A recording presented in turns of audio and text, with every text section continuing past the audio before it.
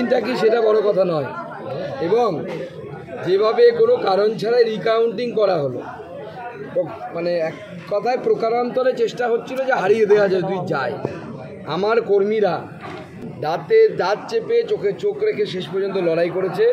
এই জয় আমি পশ্চিমবঙ্গবাসী এবং আমার এই জেলার ভারতীয় জনতা পার্টির সাধারণ কর্মীদেরকে আমি এটা উৎসর্গ করলাম। এটা আমার জয় না, আমার কর্মীদের। গণনা কেন্দ্র ছাড়ার আগে তিনি যেটা বলছেন যে ইভিএম ভিভিপ্যাটে কারচুপি করা হয়েছে, তা না হলে 50,000-এর বেশি পিছেতে 3টি আসনে ইভিএম মেশিন পরীক্ষা করার কথা তিনি জানিয়েছেন। দেখুন, উনি 2009 সালে ভোটে দাঁড়িয়েছিলেন এবং এর থেকেও সামান্য মার্জিনে হেরেছিলেন, আরও কম মার্জিনে হেরেছিলেন।